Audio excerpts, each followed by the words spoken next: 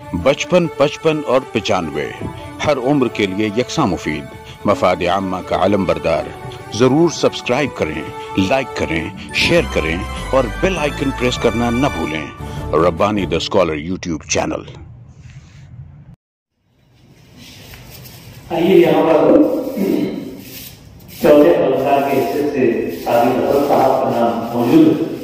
मैं इल्तिमास करता हूँ कि तशरीफ लाएं और अपनी तकलीफ पेश करें। ट्रेन उठते ही ट्रेन का दरवाजा वाक हो गया। कम डब्बों वाली ट्रेन, कम डब्बों वाली तेज रफ्तार ट्रेन जो सिर्फ खास स्टेशनों पर रुकती थी, अचानक रुक जाने से तजब्जुब के शिकार मुसाफिर इधर उधर देखने लगे। ट्रेन को यहाँ नहीं रुकना चाहिए था। मैं उस बूढ़े को देखने लगा जो ट्रेन के रुक जाने से बड़बड़ाया। उसके लहजे में तजस्सुस था। उसने हाथ में किताब को बंद किया और हैंड बैग में रखकर चश्मा उतारने लगा। थोड़े लंबे कद का बूढ़ा शख्स जिसकी आंखें अंदर जाने के सबब नीचे की हड्डियां उल्टी मालूम हो रही थीं, जिसको कमजोर सा मगर आंखों की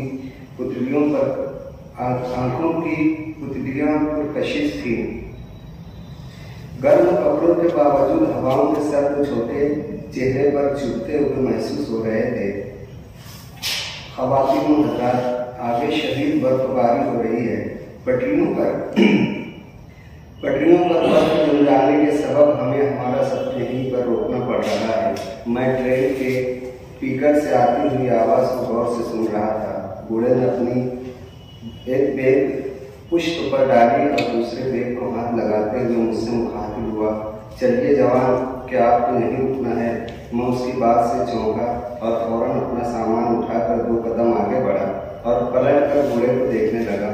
वो अपने बैग को जो काफी सामान से भरा हुआ था, उसे खींचने की कोशिश कर रहा था। मैं उसके करीब गया और कहा, हुजूर, क्या आपको मदद की जरूरत है? उसने नफी में सर हिलाया। मैं ट्रेन से नीचे उतर गया। साफ शफाफ फर्श के आगे एक तवील दीवार खींची गई थी। दीवार के उस तरफ दूर तक हरी भरी फसलें नजर आ रही थी। खेतों के फासलों से खूबसूरत मकान भी दिखाई दे रहे थे। हो सकता है करीब कोई गांव भी हो। मैं स्टेशन के वेटिंग रूम की तरफ बढ़ता रहा। कुछ मुसाफिरों के चेहरों पर परेशानियां नजर आ रही थी और वो एक जगह जमा हो रहे थे। मेरे बेफिक्र रहने की वजह यह थी कि इस मुल्क में मुझे चंद घंटे ही हुए थे और एक लंबा सफर तय करके मतलूबा जगह जाना था जहाँ मेरी नौकरी तय थी। बूढ़े का ख्याल आता है कि मैंने मुड़कर देखा। वो ट्रेन से उतरकर अपने सामान को खींचता हुआ आहिस्ता आहिस्ता आ रहा था। मैं जब भीड़ का हिस्सा बना तो पता चला इस इलाके में जब बर्फ बरसती है तो कई रोज तक ट्रेनें बंद रहती हैं। गांव का गांव खाली हो जाता है और इन दिनों वक्त से पहले ही बर्फ गिरने लगी थी। कुछ देर गुजरने के बाद ट्रेन की वापसी का मुतालबा लेकर चंद लोग किसी अफसर के केबिन की तरफ चले गए। ठंड बढ़ती जा रही थी। मैं वेटिंग रूम में चला गया और अपने बैग से कंबल निकालकर अपने जिस्म से लपेट लिया। कभी न रुकने वाला लम्हा सड़कता रहा। बूढ़े की किताब अनकरीब खत्म होने को थी। वेटिंग रूम के शीशे से नजर आया ट्रेन की छत पर बर्फ के छोटे बड़े छक्के उछल कूद रहे थे। मैंने अपने अतराफ निगाह डाली। कुछ तो मेरी तरह अकेले थे और बच्चों के साथ थोड़ी दूर कुर्सी पर कुछ बीवी बच्चों के साथ थे। थोड़ी दूर कुर्सी पर एक माँ अपने 2 बच्चों के साथ मखमूम बैठी थी। मेरे पीछे एक रूसी जोड़ा एक ही कंबल में था जो रूसी जबान में कुछ बातें कर रहे थे। दरवाजा खुलते ही हवा का एक सर्द झोंका कमरे में फैल गया। दरवाजा खोलने वाला शख्स लिबास से कोई अफसर मालूम हो रहा था। उसने जोर से कहना शुरू किया, हाज़रीन, इस इलाके में बर्फबारी गिरने लगी है। ठंड मजीद बढ़ती जा रही है। आप सभी से आला अफसर ने अपने मकान में ठहरने की गुजारिश की है। सारे लोग जो ठंड से परेशान हो रहे थे अपने अपने सामान समेटने लगे। मुसाफिरों के गमगीन चेहरों से आया हो रहा था कि वो इस इलाके की बर्फबारी से वाकिफ थे। मैं उठ खड़ा हुआ और बूढ़े की मदद के लिए उससे कहा, आपका बैग मुझे लेने दीजिए। बूढ़ा जो सर्दी से कांप रहा था चुप रहा। और अपनी चादर को जिस्म से लपेटते हुए किताब को हैंडबैग में रखकर मेरे आगे बढ़ने का इंतजार करने लगा। हम अफसर के पीछे पीछे चलने लगे। स्टेशन के दरमियान पीछे की सिंध एक सड़क जाती थी और मकान के एक सिंध तो मकान था और सामने अलग अलग फूलों के पौधे बेलें दूर तक फैली हुई थी। हमें एक बड़े रूम में ले जाया गया जिसमें कालीन सोफे और कुर्सियां सलीके से रखी हुई थी। रूम के किनारे आतिशदान में लकड़ियां जल रही थी। सभी ने सामान के एक कोने में रख दिया। आतिशदान के करीब फर्श पर घेरा बनाकर हम बैठने लगे। लकड़ियां और डाल दी गई। आग के शोले भड़कने लगे तो पहले से ज्यादा राहत महसूस होने लगी। रूसी जोड़ा भी एक ही कंबल में था। उनसे लगकर बच्चे भी आग से उठते हुए शरारे को गौर से देख रहे थे। बूढ़ा मेरे करीब ही बैठा था। जब ठंड से इत्मीनान हुआ तो बूढ़े ने अपनी किताब खोली और आखिरी औरात को खत्म करने में मसरूफ हो गया। अचानक एक सिंध से दरवाजा खुला। एक अफसर नमदार हुआ। यह वही बड़ा अफसर था जिसका जिक्र उस शख्स ने वेटिंग रूम में किया था। उसने बिस्किट के पैकेट और फ्रूट देते हुए कहा, बाहर बहुत तेजी से बर्फबारी हो रही है। कुछ और जमा लकड़ियां हैं और कोई अगर कोई मेरे साथ आना चाहे तो वो इतना तय हो गया है। मैंने अपनी चादर कांधे से उतारी और खड़ा हो गया। मेरे बाद एक और शख्स खड़ा हुआ। हम अफसर के साथ गए और लकड़ियां ले आए।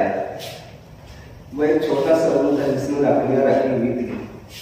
कई कटी हुई लकड़ियां दीवार से लग कर रखी हुई थी और हम थोड़ी थोड़ी लकड़ियां ले आए। आतिशदान में लकड़ियां जलती रही और रात बनती जाती थी। बाहर पर जमीन पर परत दर परत जम रही थी। लकड़ियां खत्म होती तो उस कमरे से ले आते। वक्त के साथ लकड़ियां और खाने के सामान भी खत्म होने लगे।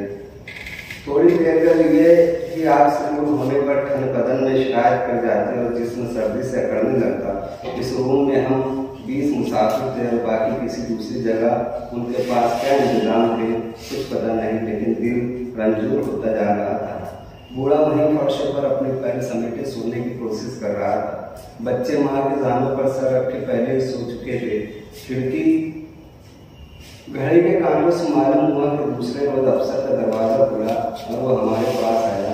हम असरत बड़ी नजरों से उसे देखने लगे। उसकी आंखों की सुर्खियां बता रही थी कि वो रात भर का जगा हुआ है। कुछ देर खामोशी के बाद कहने लगा, किसी से राब्ता नहीं हो रहा है।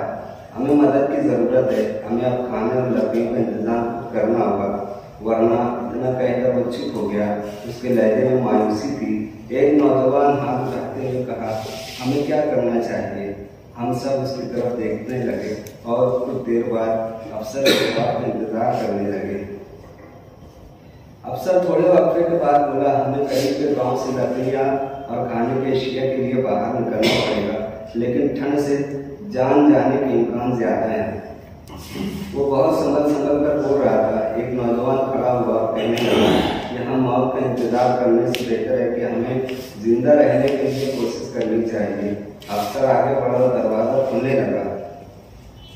दरवाजा खुलते ही बाहर की सिंध दरवाजे से लगी जमी बर्फ ढसल कर रूम में बिखरने लगी। हवा के सर्द झोंके से बदन शल होने लगे। अफसर घबरा कर दरवाजा दोबारा बंद करने और दो शख्स अफसर की मदद को दौड़े। दरवाजे को जोर से धकेलने के सबब दरवाजा एक सिंध से टूट गया। हवाएं मुसलसल कमरे को सर्द करने लगी। अफसर दरवाजे को पूरा खुलने से रोके रहा। रूम में ढसली बर्फ की तरफ इशारा करते हुए एक शख्स बोला, इन्हें साफ किए बगैर दरवाजा बंद नहीं हो सकता। सर्द हाथ बर्फ छूने से कतराने लगे। फिर भी मैं और एक शख्स बर्फ साफ करने में जुट गए। जितनी बर्फ उठाकर हम बाहर की सिंध तो उछालते, उससे ज्यादा बर्फ घिसल कर अंदर आ जाती। औरतें रोने लगी थी। फिर मैं उठा और दरवाजे को पूरा खोलने से रोके रहा।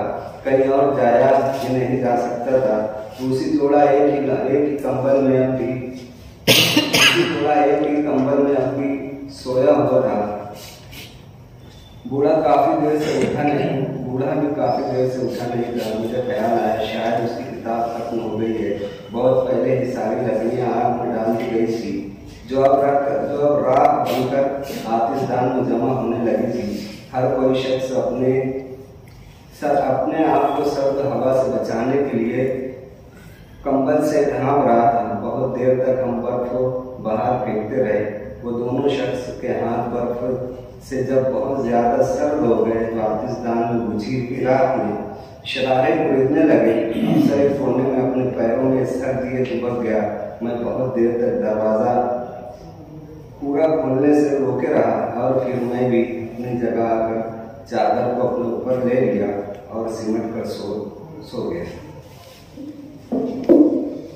अपनी तकलीफ पेश कर रहे थे सादिक असद साहब। इस पर जो साहब ने तबसरा करना चाहे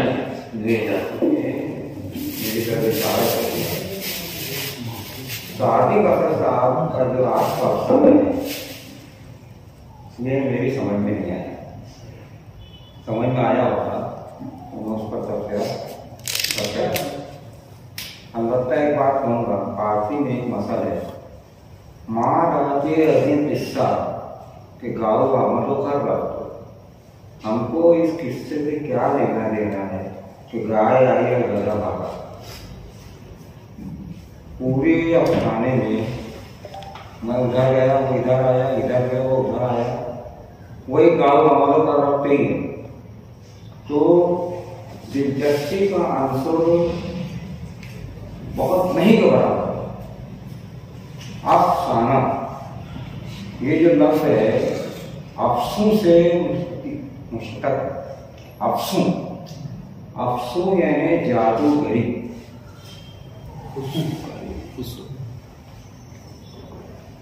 आदमी अफसाना जब सुने तो एक नई दुनिया को पहुंच जाए।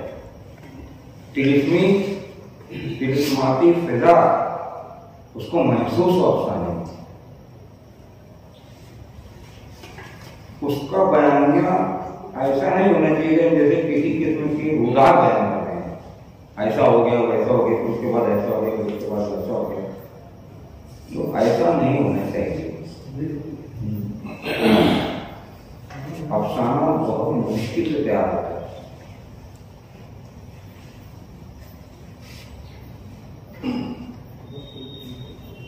बहरहाल वो उसका थीम मरकजी माजरा क्या है वो मेरे बंदे नहीं पढ़ा है, वरना मैं उसको भी बोलता। हुक्म भी नहीं लगाया जा सकता कि अफसाना यही हो। मास्टर साहब जिस किस्म के अफसाने की का तकाजा कर रहे हैं, ये अफसाना 50 से पहले लिखा जा चुका है। और उस जमाने में वो अफसाने जो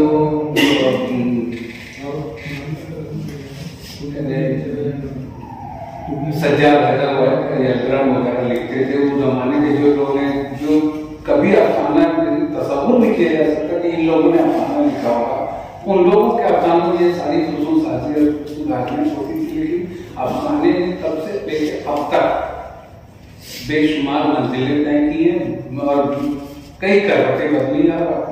इस लेवल पर है कि हम उसको आलमी फोरम पर भी कर सकते हैं। यहाँ सादिक असद के इस अफसाने की तो उसमें मैं जहाँ तक समझ सकता हूँ उन्होंने इंसानी हमदर्दी और वो उसके जज्बे को पेश करने की कोशिश की है। लेकिन जो सादिक असद के इस अफसाने में एक जो कच्चापन महसूस हो रहा है वो शुरू से महसूस होता है, क्योंकि उन्होंने माहौल को चेंज किया। वो माहौल जिससे वो खुद वाकिफ नहीं है, उस माहौल के में अपने प्लाट को खड़ा कर रहे हैं। यूरोप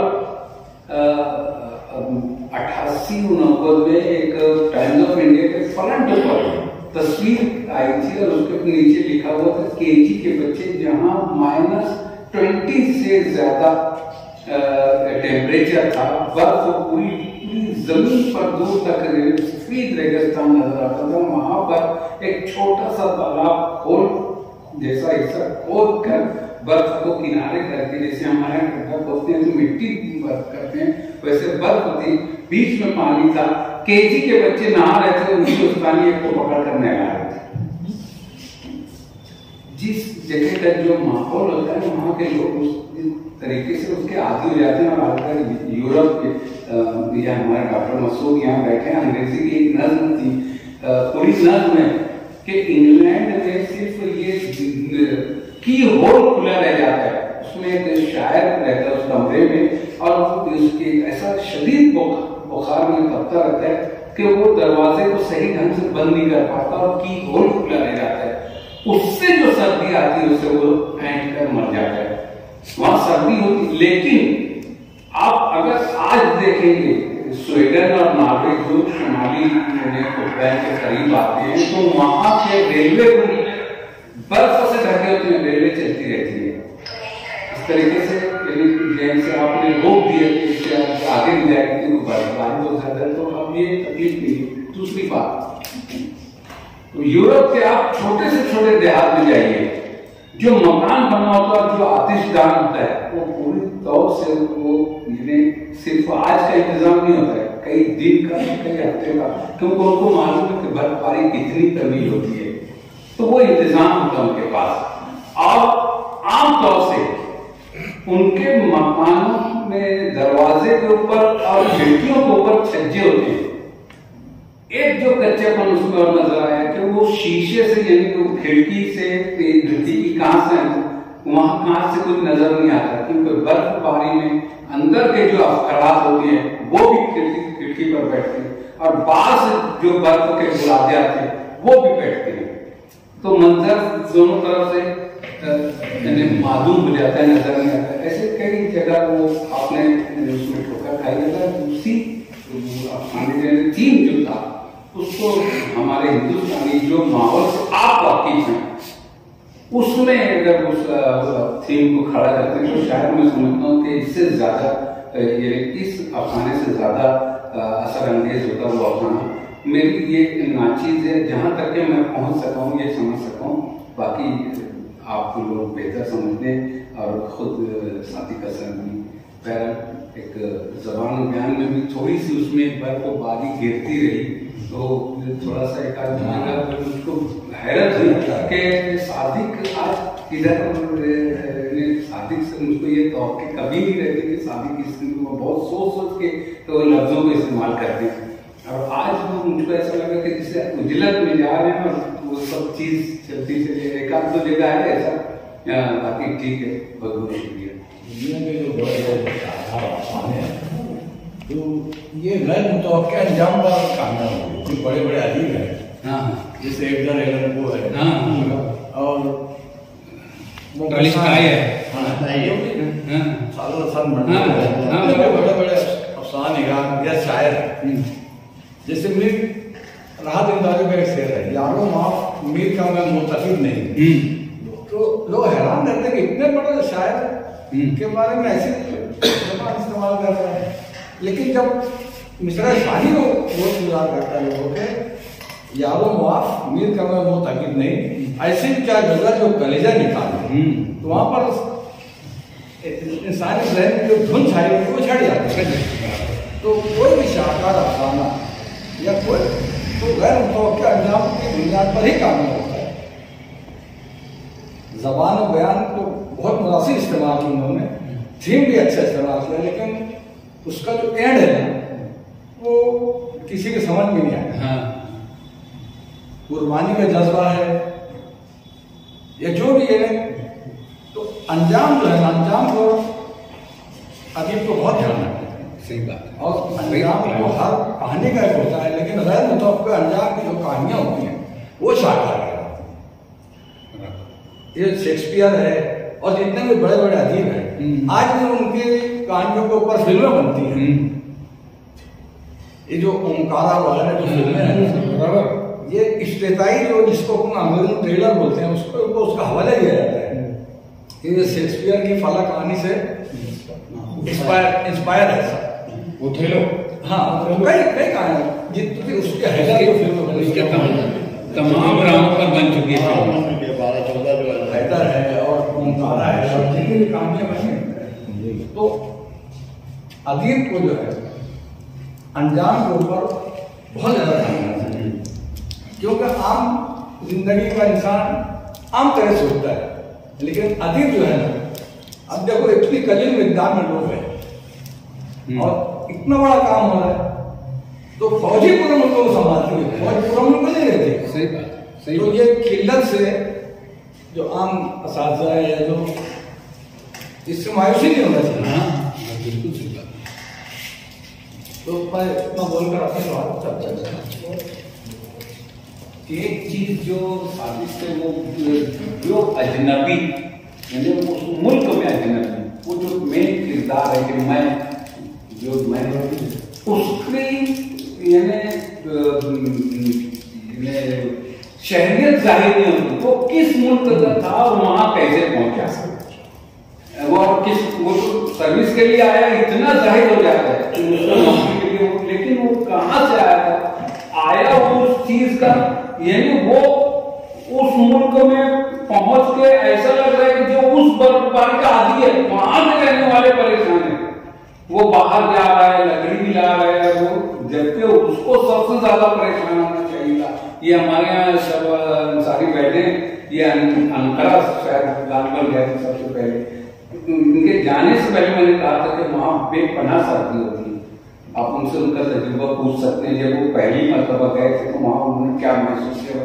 तो ये जो आपका मेन किरदार है, वो किस माहौल से उठकर वहां गया, वो तो एकदम फ्री चल रहा है, उसको सर्दी का एहसास ही नहीं, वो चीज वो हमें थोड़ा सा उसके लेवल पर नीचे ले आया, क्योंकि क्या है बाकी वहां पे रहने वाले वो रूसी जोड़ा जिसमें वो बच्चे हैं, वो एक ही कंबल में, और एक बात ये कंबल और चादर की जो आप बात, यूरोप में कंबल और चादर नहीं इस्तेमाल होता है, वो ओवरकोट होता है। हाँ, फर्क का ओवरकोट होता है आमतौर से, वो लंबा नीचे गमबूट तक के जाता है, तो वो इस्तेमाल करते हैं, जिसमें वो सब पूरा घंटों एक साथ होता है, वो हेवी होता है, तो उसके ऊपर अगर बर्फ भी गिरती है तो उनको एहसास नहीं होता है, उसके आदि होती है। कंबल उंबल ये हमारे यहाँ लपेटते हैं, अब चादर लपेटते हैं, अगर कभी खुल भी गई तो थोड़ा बहुत और फिर हम बर्दाश्त कर लेते हैं। तो ये जो माहौल को उठाकर आपने चेंज किए, उसकी वजह से वो सब चीज आई है।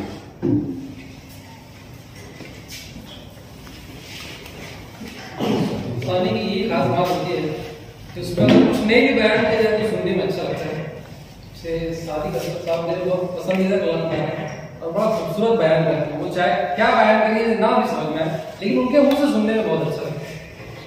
मुझे जो कुछ समझ में आया तौर से तो नहीं समझ में आता, लेकिन इत्तेफाक की बात मुझे समझ में आई, उन्होंने अच्छा खासा बयान तो उनका बहुत खूबसूरत था, टेक्निकल मिस्टेक बहुत ज्यादा है, और आखिरी में सिर्फ ये पैगाम देने की कोशिश की है कि हरकत में बंद, वो जो लोग भी बैठे थे, जो बाहर नहीं निकलते, जिसकी वजह से वो लोग सर्दी से अकड़ के मर जाते हैं, ये मेहनत करता है, कुछ लकड़ियां उठा के लाता है, जिसकी वजह से हो सकता है कि वो बच जाते हैं, बस उसके अलावा तो कुछ शायद नहीं मेहनत है।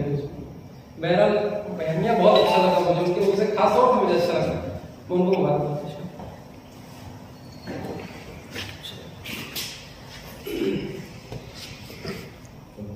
आज थोड़ा हिम्मत मेरी है कहने की, तो मतलब मुद्दा सादिक असद साहब ने जो मसाला पेश किया है,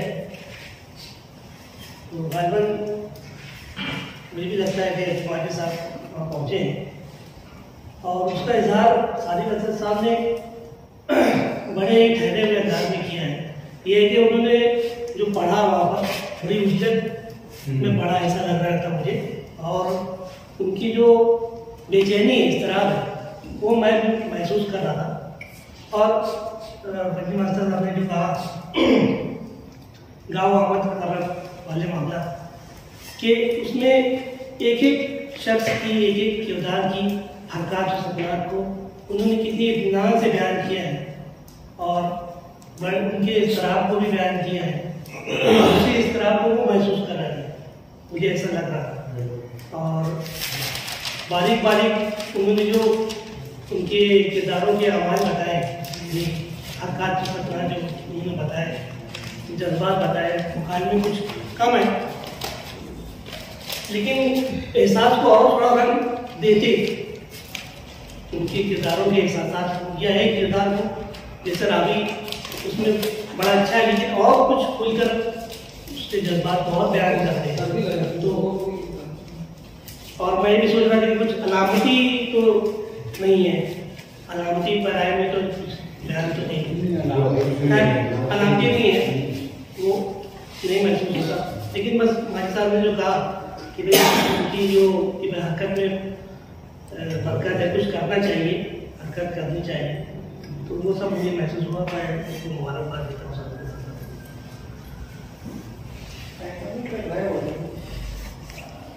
मोहतरम खालिद अख्तर शब्बीर आसिफ साहब से मैं इल्तिमास करता हूँ कि मैं तशरीफ लाएं और अपनी तहरीर के पर पेश करें। 55, 55 और 95 हर उम्र के लिए यकसा मुफीद, मफाद आम्मा का आलम बरदार। जरूर सब्सक्राइब करें, लाइक करें, शेयर करें और बेल आइकन प्रेस करना न भूलें। Rabbani the scholar YouTube channel. Rabbani the scholar YouTube channel इल्मी, अदबी, दीनी, मिल्ली, समाजी, सकाफती, तहजीबी, फलाही, तिब्बी, फ़न्नी, माशी, तिजारती, माशरती, इंतज़ामी, इनकलाबी, तहरीकी, तहकीकी, तकनीकी, तफ्तीशी, तामीरी, तालीमी व मालूमाती यूट्यूब चैनल। ज़रूर सब्सक्राइब करें, लाइक करें, शेयर करें और बेल आइकन प्रेस करें। Rabbani the scholar YouTube channel.